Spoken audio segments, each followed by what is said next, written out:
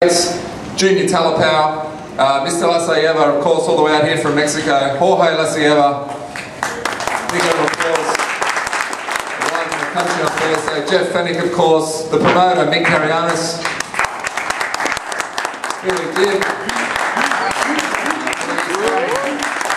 Mr. Moody, Zach Gayward, another Michael Kenny, and finally Paul Fleming. So again, some of the biggest names in Australian boxing. This is it, ladies and gentlemen. It's a Michael Jackson inspired night. I've just been talking to Sally before. Every single song that's played on a Friday night will be Michael Jackson track. So if you're not a boxing fan, you haven't got a ticket already, make sure you get out for what's going to be a huge night of entertainment at the Sydney Olympic Sports Centre. Tickets are still available. You can get them now through ticketdirect.com or by calling 1300 798 550. A lot's been written, a lot's been said already, but I think it's a testament again to these guys. This fight isn't on television. This is what boxing's all about. We just saw last week what happened across the road at the Sydney Entertainment Centre. And again, I think there's a lot of talk out in the street that this is what real boxing's about. Two guys going to get in the ring, battle it out for a world title. Of course, it is the IBF featherweight title. Some of the biggest names in the division have won this. Prince Nazim, I know Billy Dibb looks up to Prince Nazim. Miguel Angel Cotto, Roy Guerrero, Manny Pacquiao, Juan Manuel Marquez, some of the biggest names in world boxing have won this title before. And I might just start off the question with you, Billy. I guess first of all, it's been a big couple of years for you since 2008, and here you go now, the opportunity to win arguably the most prestigious belt in the division. Yeah, I mean, this is a massive opportunity to win the world title, not only in Australia but in my hometown of New South Wales. This is going to be an unbelievable event, and you know, I urge everyone to get out there and enjoy it, because on July 29th, I promise you all that I'm going to win the world title and going to put on a great event. Now we know how close you were to Prince Nazim. Has that been some sort of inspiration for you, the chance to replicate him? It's about 15 years, I think, since you won the title. I mean, you know what, as I've gotten older, I've learned that it's no longer about those guys, this is about me. You know, I'm no longer trying to be Prince Nazim or be any of these guys, I'm just trying to be Billy Dibb. And on July 29th, I'm going to show the world, and I'm going to let them know that Billy Dibb's arriving on the 29th and he's going to be world champion. I've been chuckling around a little bit. Billy is saying the greatest trainer, I think it's fair to say, in Australian boxing now. How has he prepared you for this fight? What would be a question for Billy? What can I say about Billy Hussein, you know, what he already doesn't know. Mickey once told Sylvester Stallone in the movie Rocky, I'm like the angel on your shoulder, and that's all he's been this whole way through. And you know, he made a promise to me a long time ago when we started training together that you know, after 10 fights he was going to take me to a world title. 10 fights later, here we are.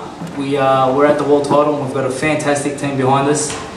My trainer Billy Hussein, my strength and conditioning coach Haytham Marafaki, my nutritionist Moody, my extended corner Hussein, the great Hussein, my brother Muhammad, Brian Wilmot, and the list goes on.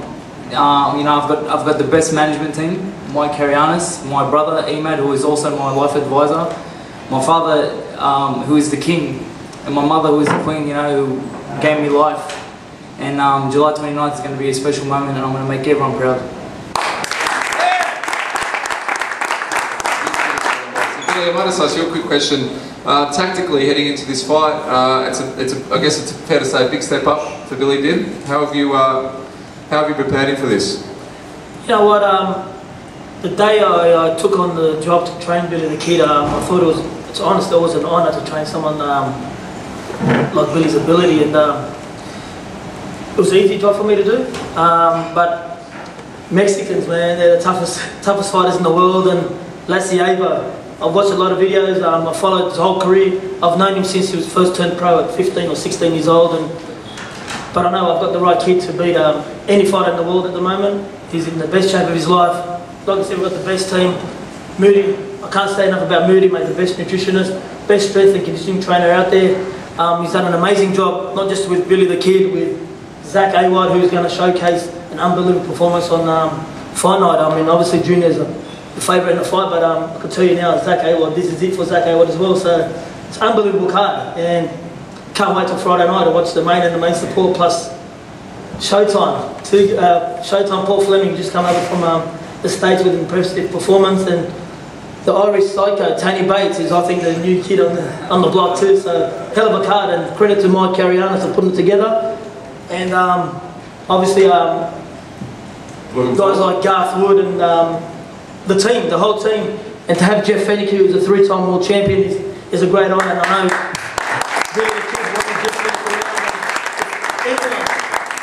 Jeff was the Mexican destroyer, and if anyone can show Billy something come Friday night, it'll be Jeff, and showing him what to do as well. Certainly. Billy, I'll ask you a couple of tactics as well leading this. What are you expecting from Jorge? Obviously, he's a very tough fighter, he's very experienced. Billy touched on him, he turned pro at 16. It's an amazing achievement, especially in the sport of boxing. This isn't golf or soccer, but stepping in the ring professionally at 16, it's going to be one hell of a night. Yeah, you know, like credit to Jorge Lacierva. I want to thank you for coming out here, you and your team. Thank you for coming out here to share this event with us. You know, I hope you guys have been having a good stay here. You know, to me, when we were organising this, and the people that I wanted to be here, one of the main people that I did want to be here was Jeff Fennick. And Jeff, I'm very grateful that you've been a friend of mine for many, many years, and you know, you've showed us the way. And July 29th, I am going to emulate a little bit of what you've done, and maybe take a leaf out of your book and be a little bit of a Mexican destroyer as well. Yeah! Jorge, what are you expecting? Obviously, it's a foreign country for you, your first time to Australia. What are you expecting from Billy Dib on Friday night? Well, first of all, thank you to everybody for being here. Thank you for your invitation to, you know, invite me to your country. It's a really nice country, really nice people, and I appreciate the opportunity Mike and Billy give me for fight for this title that I'm taking home. And well, Jeff, you know, like you said, Mexican destroyer. He was one of the greatest world champion, not just Mexicans. He destroys everyone. So just want to thank Billy, Michael, and all his promotion to invite me here. My dad, my brother, my mom, my son. So we all come here. I can prepare, and then one thing that you're gonna see, I can guarantee, you're gonna see a great fight. I came here to give everything, like every Mexican. We get a big pride, and I hope I don't disappoint no one. Thank you. Well, obviously, your actually last loss was at Super Bantamweight in 2007 against Celestino Cavallaro. I guess the desire to win a world title now, I think you're 34 years of age, it must be burning. Well, some people is like, yeah, like maybe, you know, my age, I'm 33 now, and I think I'm more mature. I got the things, I've been training now, seriously. I know I got short time, but I've been fighting everybody. Against Celestino Caballero, I got robbed in that fight. I won well, maybe I lost like 3 or 4 rounds, the whole 12 rounds. But well, you know, I needed to knock him out, so I came here to get my title. I came here to give my best of me, and that's a good chance. I mean, it's a good chance for me to get a title again, because I was IBA. It's not the recognition, it's not the big ones, but I fought Mauricio Pastrana, which he was undefeated by the time, and two-time former champion, and I got the title away from him. So now I came here, with all respect, to get my title back. Okay. Yeah. I might just now throw a question our co-feature about. Obviously, we've spoken a bit about it before. Billy, Hussein touched on it. Junior Telepower and Zach Hayward. Junior, I might start with you. Again, I guess for you, this is I know Billy sort of said for Zach, this is a crucial fight, but for you, in this stage of your career, this is really a fight you need to win. Yeah, that's right. You know, this is a big 2-0 for me. This is my 20th fight, and this Friday, Zach Hayward is going to try and beat me. You know, not many. I'm going to save Jorge Lacierva the extra luggage, and we'll keep that belt here. Yeah. Jorge. Well, what you want me to say?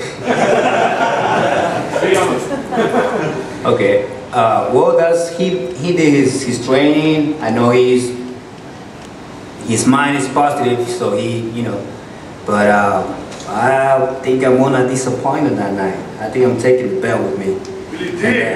And the red goes good with me, so the belt is red. Again, we'll throw a question as well to Jeff. Jeff, obviously you fought, you know, some of the biggest names in the Mexican Warrior. What do you think? I'll ask you a couple of questions. First of all, what do you think Billy needs to do to beat Jorge? I think Billy's done the right thing. He done it 10 fights ago when he teamed up with the Hussein brothers. I think that without doubt, Billy Hussein is the best trainer in the country, and I think having Hussey, who has worked with us for so many years as the guy who helps him when he's not there, that means that nothing ever changes. They're always doing the right thing. But I've known Billy Dib for a long, long time, and I've known his brother Emad and his family, and I classed them as a very, very classy family. I classed them as great friends of mine, and I was pretty honoured. I took Billy Dib to America a few years ago, and I worked with him, and I don't know, maybe it's a few years later than I thought, but I always thought that Billy Dib had the potential and the talent to be world champion.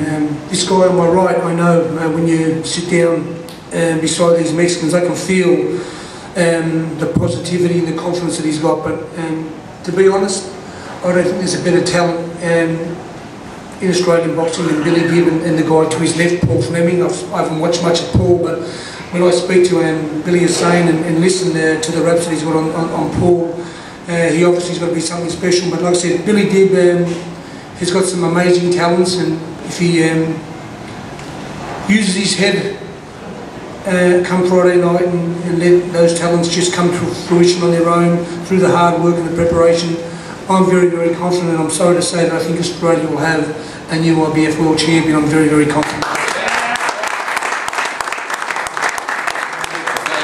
Jeff, I want to ask quickly again on the current climate of Australian boxing. I mean, an event like this, we just saw what happened on Wednesday night. Danny Green obviously losing his world title. With Daniel Gill's been to Germany and come back. I guess the opportunity to see so many young Australian boxers coming up on one card again, it's not on television. It must make someone like you who's achieved so much in the sport and fiercely patriotic very proud. Yeah, it is, and some of these young guys, like I said, I'm a little naive about it all, because like I said, when Billy Hussein talks about Paul Fleming, and I can see Fadil here, who's another promoter who's got some great talent in this country, they're really working hard to make sure these kids get their opportunities. I'm a little saddened that sometimes these kids don't get the recognition they deserve, and then you see Danny Green and you know, get what he gets, and I think some of these kids who have worked all their career really deserve more. But the great thing is that Billy Hussein and I sat there. I'm going to see a new shaker.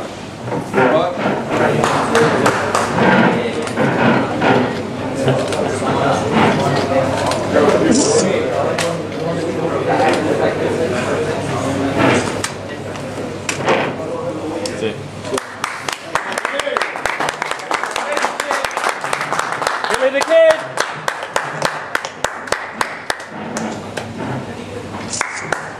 Well done.